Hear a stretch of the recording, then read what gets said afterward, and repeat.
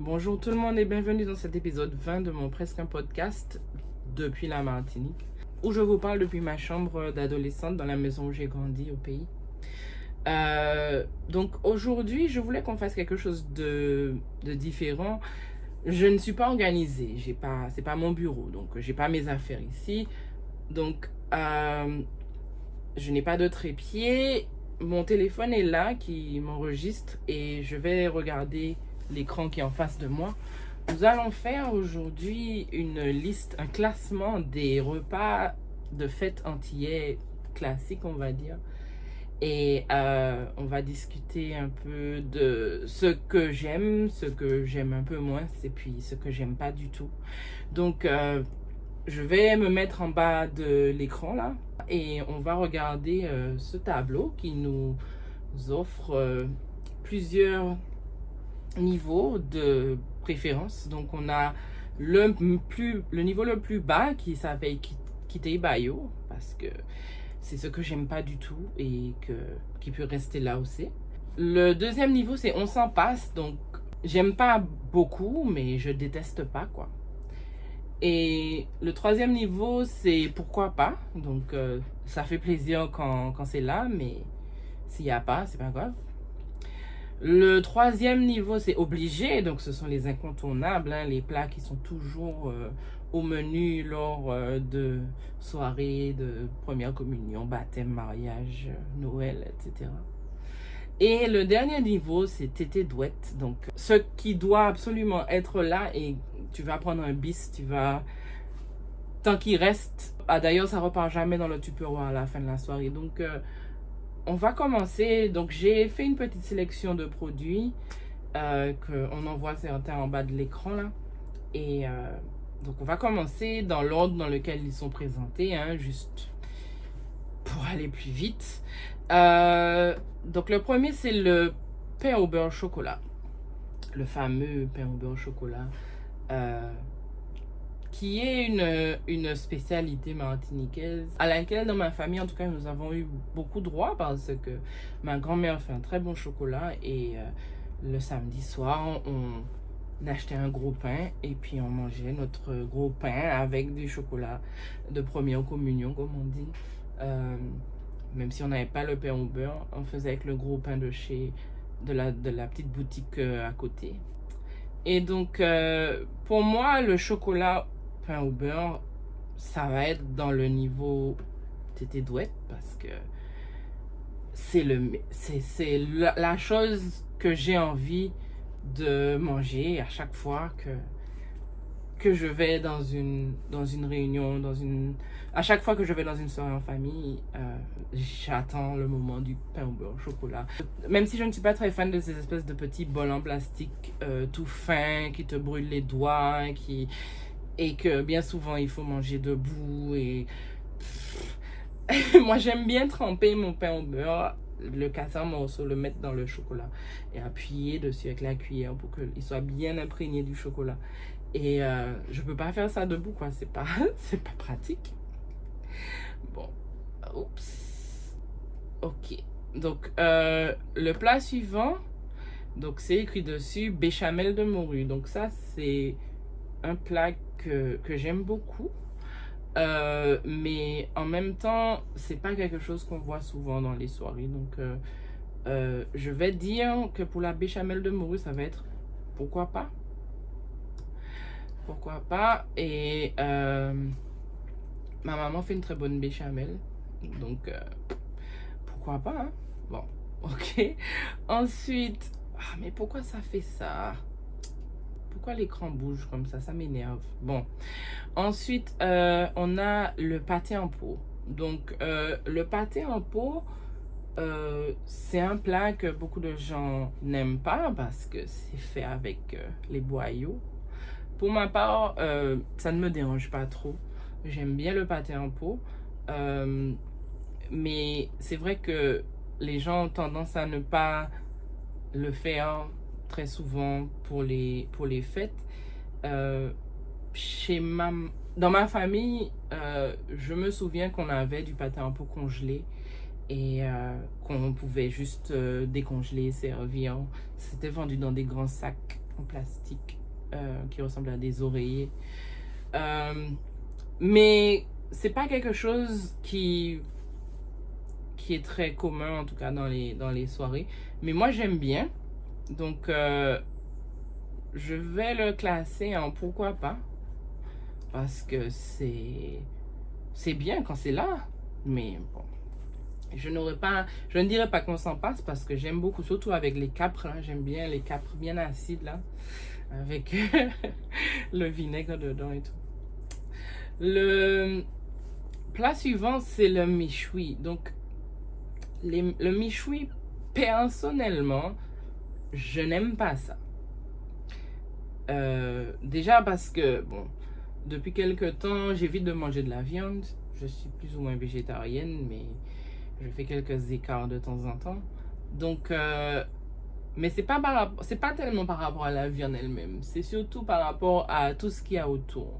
Donc, il faut se lever tôt, il faut installer le machin, tout le monde se dispute, personne n'est d'accord sur la façon de le faire et tout ça devient un combat tout simplement d'installer un méchoui. Et puis, chaque personne a sa méthode, son assaisonnement, sa technique, sa façon d'allumer le feu, de maintenir le feu. Faut mettre du charbon, non, faut mettre du papier, non, faut mettre ceci, non.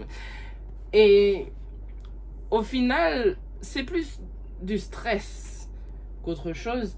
Et si t'as pas de chance et que tu tombes sur une viande pleine de nerfs qui reste pris entre tes dents et que quand on coupe ça pour toi, t'as que de la graisse, enfin, bref. Le méchoui, on s'en passe. C'est pas du tout ce que je préfère. Donc, bon, voilà que c'est cassé. Le méchoui, on s'en passe. Oups. Sort de là.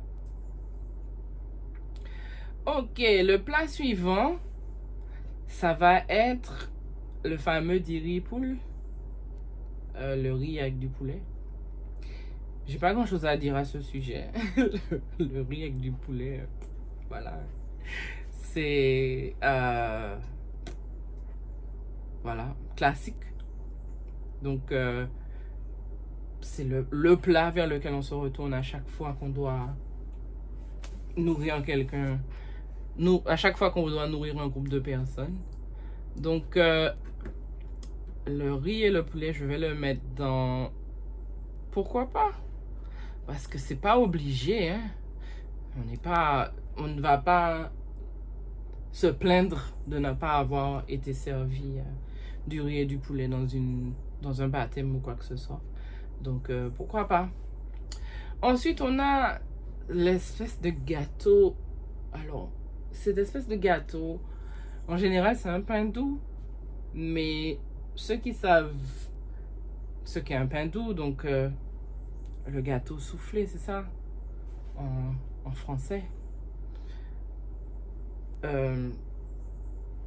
Ceux qui savent ce qu'est un pain doux savent que c'est un gâteau qui est très facile à rater. Que très facilement... Ah oui, c'est gâteau fouetté, je crois. Gâteau fouetté. Et ça finit très facilement à être très sec et juste comme une espèce d'éponge très sucrée. Et lorsqu'on a des mariages ou des baptêmes, les gens ont tendance à mettre cette espèce de machin au sucre. Alors, je sais pas comment ça s'appelle. Je crois que c'est de la meringue, je sais pas trop. Mais c'est juste du sucre, quoi. Et puis ces espèces de petits bonbons argentés, ces petites billes argentées. Je me souviens quand j'étais petite, en tout cas, ces espèces de billes là, ça me donnait la nausée. J'avais l'impression que c'était des médicaments parce que j'aimais pas ça du tout.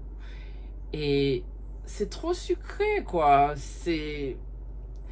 Tu vois, quand tu manges, c'est quand on me servait ces gâteaux-là, moi ce que j'aimais c'était les feuilles et puis les fleurs qu'ils mettaient dessus, qui étaient de la même matière que les hosties là, et qui n'étaient pas sucrées justement.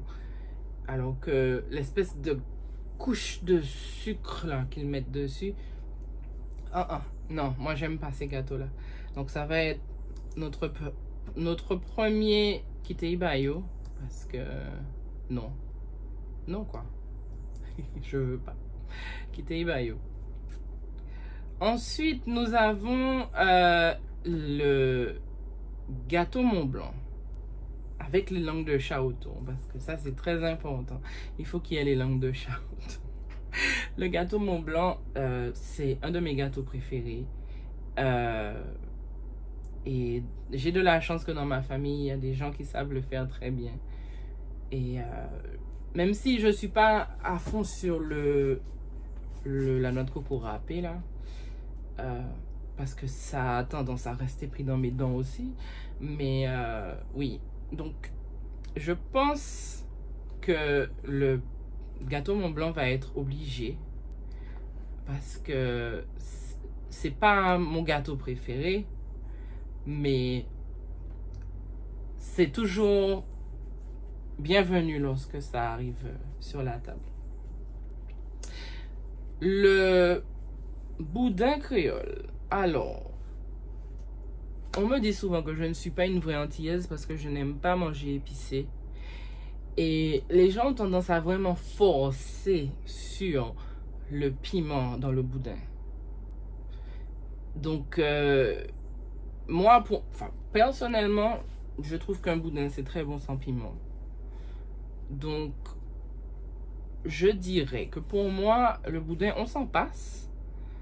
Mais s'il est bien assaisonné, bien relevé, sans être trop pimenté, pourquoi pas? Mais je vais le laisser à on s'en passe parce que c'est toujours la surprise. On ne sait jamais sur quoi on va tomber quand on va te sortir un boudin. Surtout ceux qu'on achète en supermarché et tout. On sait jamais sur à quoi s'attendre. Donc, je vais dire pareil pour les acras. Les acras de morue, c'est aussi un peu la roulette russe. Il y a des gens qui les font très bien et il y en a d'autres où tu sens le goût du bicarbonate. Ou bien les acras, c'est que de la pâte, tu cherches la morue, ou bien tu tombes sur des arêtes, etc. Et pareil, l'histoire de piment là, bref. Donc, les acras, on s'en passe. On arrive maintenant au féroce. Le féroce, non. Par définition, le féroce, c'est épicé, quoi. Et bien que j'aime beaucoup l'avocat, non, Kiteibayo. Le féroce, ça ne m'intéresse pas. Le plat suivant, alors, le gratin de Christophine. Le gratin de Christophine, c'est le plat qui revient à chaque fois, en fait. C'est le plat qu'il faut toujours que je mange quand je rentre en Martinique. Donc, je sais pas pourquoi. Est-ce que c'est parce que c'est un peu sucré, parce que c'est un peu tout ça, que c'est la douceur du lait, etc. Mais en tout cas, oui, le gratin de Christophine, ça va être un tété douette parce que oui. Je sais pas si j'ai besoin d'expliquer pourquoi le gratin de Christophine va tout en haut. Parce que pour moi, c'est le top du top. Ensuite, nous avons le gâteau à l'ananas. C'était un de mes gâteaux préférés. C'était un de mes gâteaux préférés jusqu'à ce que je devienne allergique aux ananas. Donc, obligé de faire sans. Mais je me souviens comment j'aimais ça en tout cas. Donc, je vais pas le mettre dans tété douette simplement parce que je ne peux plus en manger. Mais je vais le mettre dans obligé à côté de l'autre gâteau. Parce que c'est un des meilleurs gâteaux qui existent en fait.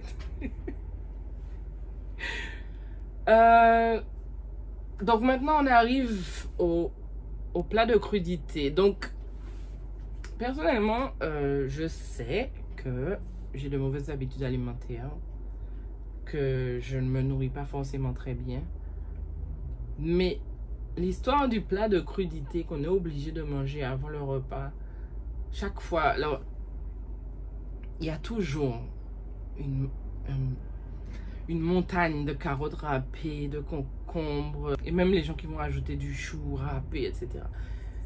Et surtout quand on est enfant, parce que bien évidemment, la plupart de mes souvenirs de ce genre d'événements, c'était lorsque j'étais petite.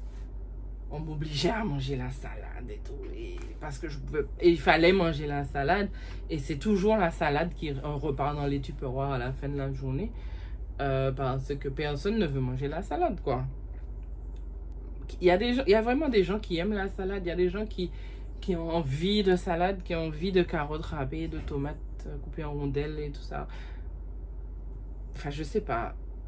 Pour moi, en tout cas, la salade, le plat de crudité, je vais pas aller jusqu'à dire quitter bayo, parce que bon, diététiquement, c'est bon pour nous. Mais moi, je m'en passe, largement. On s'en passe de plat de crudité. Ne me donne pas de plat de crudité. Si tu me donnes une entrée, donne-moi autre chose, pas un plat de crudité. Ensuite, nous avons les petites brochettes apéritifs. Celles que on prépare en famille avant la soirée. On prend les petits cure-dents et puis on insère. On coupe le gruyère en cubes. Et puis on coupe des petits cubes de saucisson Gaulle. Et puis on met les olives, les petits oignons dans le vinaigre, etc. Les cornichons et tout et tout. Et en tout cas, quand j'étais petite, j'avais de très bons souvenirs de ces petits plats qui n'étaient pas vraiment des plats, mais juste le fait de les préparer, etc. J'avais de très bons souvenirs de ça. Et dans toutes les maisons où on allait, il y avait le petit pot de cure-dents en plastique qu'il fallait laver, réutiliser la prochaine fois, etc. Donc, pour celui-là, j'hésite entre obligé, pourquoi pas. Je vais dire obligé, parce que comme j'ai mis la salade on s'en passe, et que il faut bien pouvoir prendre quelque chose en entrée, ça sera ça mon entrée du coup. Donc les petites brochettes apéritifs. Ensuite, nous avons les biscuits champagne. Je ne sais pas d'où vient cette tradition des biscuits champagne.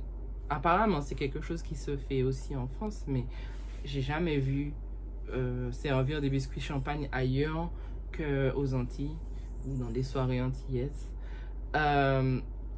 C'est quelque chose que j'aime beaucoup, même si personnellement je ne bois pas vraiment d'alcool, mais bon, le champagne accompagné de ces biscuits, ouais.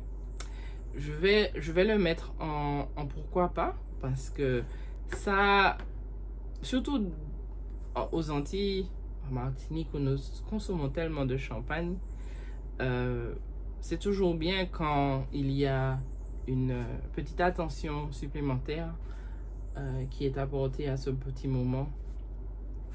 Donc pourquoi pas les biscuits champagne. Ensuite, on a la salade de fruits, donc en conserve, bien évidemment. Personnellement, je n'aimais que les cerises dans la salade de fruits. Je n'en mange plus maintenant parce qu'il y a de l'ananas dedans, et comme je vous ai dit, je suis allergique aux ananas. Donc, en fait, je préférerais avoir la salade de fruits, enfin les fruits de la salade de fruits, mais juste les poires et les cerises, les raisins, les pommes, les abricots, tout ça, je peux faire un sans, quoi. Donc, les salades de fruits, je vais la mettre, on s'en passe, parce que c'est... Parce qu'on s'en passe, en fait. Ensuite, nous avons le riz et pois rouge. le fameux riz et pois rouge qui existe dans différentes variantes sur quasiment chaque île de la Caraïbe, chaque pays, chaque île de la Caraïbe a sa propre version du riz et des pois rouges. C'est pas le pire, hein, ça remplit, ça nourrit son homme, quoi. Donc, je vais pas dire qu'on s'en passe. Je vais pas dire que c'est obligé, donc je vais le mettre en pourquoi pas.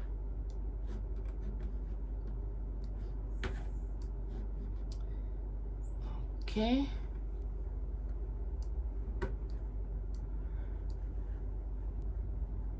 Après ça, nous avons le fameux trempage. Je n'ai jamais participé à un trempage. Je ne suis jamais allée dans un trempage. Mais bien entendu, avec la situation sanitaire en ce moment, je pense pas qu'on en fasse des masses. Et l'idée même du trempage, enfin je sais pas, les ingrédients, l'affaire de manger avec ses doigts et tout le monde, machin, tout ça, ça ne me remplit pas de joie. Donc je vais pas dire on s'en passe. Je vais le mettre en quitté bayo parce que il y a des gens qui aiment ça, mais c'est pas pour moi. Ensuite nous avons la salaison. Ensuite nous avons la salaison sauce chien. Donc personnellement les queues de cochon tout ça j'aime bien, mais j'ai une espèce d'aversion envers le groin parce que j'ai vu des cochons avec de la morve dans le nez et tout, et l'image m'est restée. Donc je suppose que si un jour on m'avait demandé de nettoyer des boyaux, je ne mangerais plus de pâté en pot non plus. Mais ouais. Je sais pas, il y a des choses comme ça te dégoûte, et puis c'est tout, quoi. Il n'y a rien que tu peux faire, hein. Donc la salaison sauce chien, je vais la mettre en pourquoi pas si je peux trier les queues et ne manger que ça. Ensuite, nous avons le sorbet coco. Donc le sorbet coco, pour moi, c'est pas tellement consommer le sorbet, la glace, parce que en réalité ça devrait même pas s'appeler un sorbet puisque ça a du lait. Un sorbet normalement ça n'a pas de lait, mais bon, on appelle ça sorbet coco, on appelle les cacahuètes des pistaches. Qu'est-ce que je peux faire? Donc le sorbet, c'est surtout le fait de le préparer. Donc tourner la sorbetière, préparer la glace, la mettre dans la sorbetière et puis prendre chacun son tour pour pouvoir tourner la sorbetière, pour pouvoir préparer le sorbet. Il faut s'y prendre depuis midi pour pouvoir avoir son sorbet à 3h de l'après-midi, consommer ça en famille, tout ça. Moi, c'est ça que j'aime dans le sorbet coco. C'est pas tellement la glace en elle-même, parce que je ne suis pas grande fan de glace au coco, mais celles qui ont beaucoup de lait concentré sucré dedans, qui sont bien sucrées, même s'il y a juste un petit peu de coco dedans, mais l'ambiance qu'il y a autour. En fait, pour moi, le sorbet coco, c'est l'inverse du méchoui, parce que tout le monde est toujours d'accord sur comment faire le sorbet, comment le préparer et comment le tourner, etc. Donc je vais le mettre en obligé, parce que parfois le résultat final n'est pas toujours à mon goût, mais l'ambiance de la préparation du sorbet, pour moi, c'est impeccable. Ensuite, nous avons la soupe zabitan. Donc je n'ai pas vraiment d'avis sur ce plat, si ce n'est que c'est une soupe, quoi. Je suis pas grande fan de soupe personnellement. Et je n'ai pas vraiment ni d'avis ni de commentaires à faire sur la soupe habitants. Si ce n'est que, ben voilà, c'est un plat de chez nous. Qu'on sert parfois dans les fêtes antillaises, donc je l'ai mis dans la liste, quoi. Mais je vais le mettre en Kitei Bayo parce que on s'en passe, quoi. On s'en passe. Ben non, si on s'en passe, il faut le mettre en s'en passe, pas en Kitei Bayo. Parce que c'est pas mauvais. Allez, on s'en passe. Ensuite, nous avons les fricassés. Alors, je crois bien que ça, c'est un fricassé de lambi. Je crois, hein, mais ça ressemble à du chartreux. Mais on dirait, je crois que c'est du fricassé de lambi. Mais quel que ce soit chartreux ou lambi, le tout à côté de riz parfumé ou de gratin de Christophine, ça va tout en haut, hein. Ah oui, ça j'en prends, j'en reprends. Sillage, ah oui, absolument, absolument. Et en dernier, ben je vous ai mis les têtes d'oursin, chadron, c'est ça, chadron. Mais simplement parce que ça fait super longtemps que j'en ai pas mangé et que la dernière fois que j'en ai mangé, j'ai beaucoup aimé ça. Même si je sais que c'est pas quelque chose qu'on doit consommer très souvent parce que ça décime la population d'oursins autour de l'île. Donc, mais je voulais le mettre sur la liste juste pour pouvoir dire que j'aime beaucoup ça et que je vais le mettre tout en haut aussi. Tété douette. Et ce sera ça notre classement. Donc, je pense que c'est un classement qui me plaît pas mal. Quand je le regarde, là, j'ai pas envie de changer grand-chose. Non, ça me convient. Donc, Kitei Bayo, on a le gâteau avec le sucre machin là-dessus, le féroce et le trempage. On s'en passe du michoui, du boudin. J'ai envie de monter le boudin, pourquoi pas, mais bon, il va rester là. On s'en passe du michoui, du boudin, des acras, de l'assiette de crudité, de la salade de fruits et de la soupe habitants. Pourquoi pas la béchamel de morue, le pâté en pot d'iripoule, les biscuits champagne, le odiri pois rouge et la salaison sauce chien. Obligé, c'est quasiment que du sucré avec le blanc manger coco, pardon, le gâteau au coco, le blanc manger coco aussi, hein, quand c'est bien fait en tout cas. Donc le gâteau au coco, le gâteau à l'ananas, les brochettes apéritifs et le sorbet coco. Et tout en haut, tété douette, le chocolat pain au beurre, le gratin de Christophine, les fricassés lambi ou chartreux, et puis les têtes d'oursin grillées. Donc voilà notre petit classement. Non, mon petit classement personnel de ce que j'aime, de ce que j'aime moins et de ce que j'aime pas du tout. Si vous pensez à des plats que j'ai oubliés, que j'aurais dû inclure dans la liste, n'hésitez pas à me les laisser en commentaire. Si vous n'êtes pas d'accord avec le classement que j'ai fait, n'hésitez pas à me le faire savoir aussi en commentaire. Je ne suis pas quelqu'un de têtu, hein. Je suis tout à fait d'accord pour entendre vos avis et vos préférences. En tout cas, merci d'avoir passé un petit moment avec moi. Je m'en vais faire ma valise parce que mon avion décolle tout à l'heure. Je vous souhaite une très bonne fin de journée et je vous reverrai la prochaine fois où on parlera de quelque chose de complètement différent. Au revoir.